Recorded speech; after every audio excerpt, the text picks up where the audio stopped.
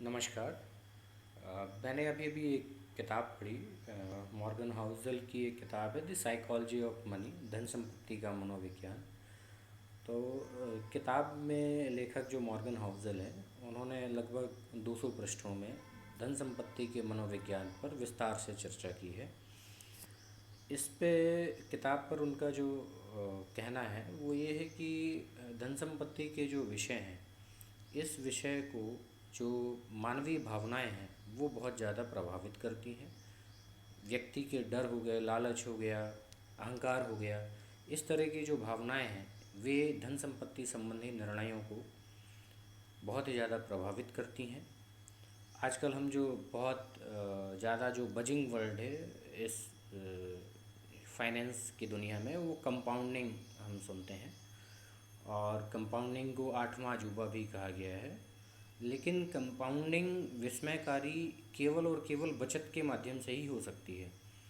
आप compound interest का formula भी देखेंगे तो उसमें हर एक पहलू का अपना अपना महत्व है। उसमें प्रिंसिपल जो है, तो प्रिंसिपल आपका बचत से आने वाला है, और जो बचत होती है वो आपका अहंकार धन संपत्ति के विषय में जितना कम है, आप उतनी अच्छी बचत कर सकते हैं।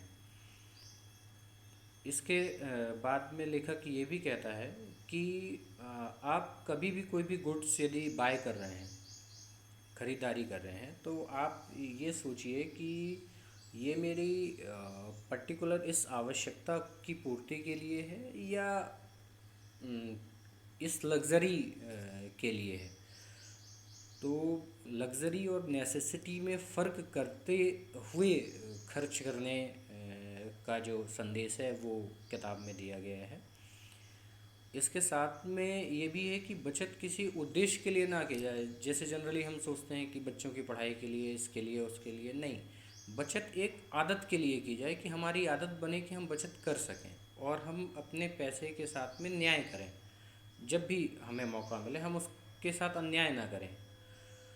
और जो बहुत सारी नकारात्मकता बाज़ार के विषय में या आसपास जो भी नकारात्मकता है, इन सब के बीच में ये सामान्य बात भी है धन संपत्ति के साथ के अलावा भी, कि इन सारी नकारात्मकताओं के ऊपर मानवीय सभ्यता के प्रयासों ने, उसके परिश्रम ने